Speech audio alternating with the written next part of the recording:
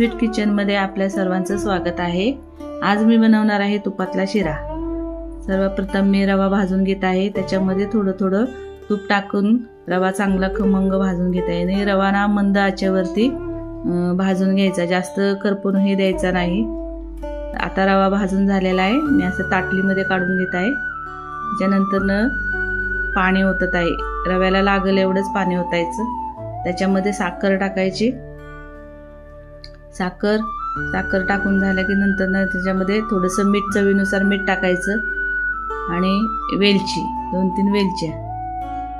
पाण्याला चांगली उकळी आणून द्यायची। मग त्याच्यामध्ये रवा असा सोडायचा। रवा असा सोडला, थोडंसं 2 मिनिटं हलवायचं आणि त्याच्यावरती झाकण ठेवून द्यायचं। झाकण ठेवलं की ना मस्तपैकी असा ड्रायफ्रूट तयार करून घ्यायचे। झाकण काढून घ्यायचं।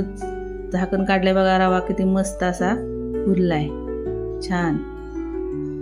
आणि मग वरनं त्याच्यामध्ये थोडंसं हलवून त्याच्यामध्ये मग थोडंसं ड्रायफ्रूट टाकून घ्यायचं।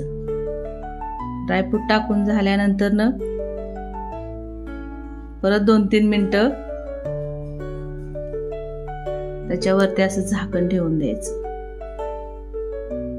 झाकण 1-2-3 मिनिटं ठेवलं की मग 2 मिनिटांनी झाकण काढले की बघा रव्याला कशी मस्तपैकी अशी वाफ आली आणि रवा असा मऊ छान शिजलेला आहे। किती मस्त, म्हणजे प्रसादाच्या शिऱ्यासारखा अगदी शिरा झालेला आहे।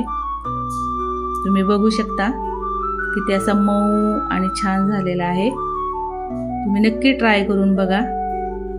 आता मी प्लेटमध्ये शिरा काढून घेते आहे आणि तुम्ही बघू शकता किती मऊ असा शिरा आणि मस्त झालेला आहे। थंडीच्या दिवसामध्ये असं शिरा नाश्त्याला खाल्ल्यामध्ये तो आणखी पौष्टिक असतो। धन्यवाद। तुम्हाला व्हिडिओ आवडला असेल तर नक्की लाईक, सबस्क्राईब करा। धन्यवाद।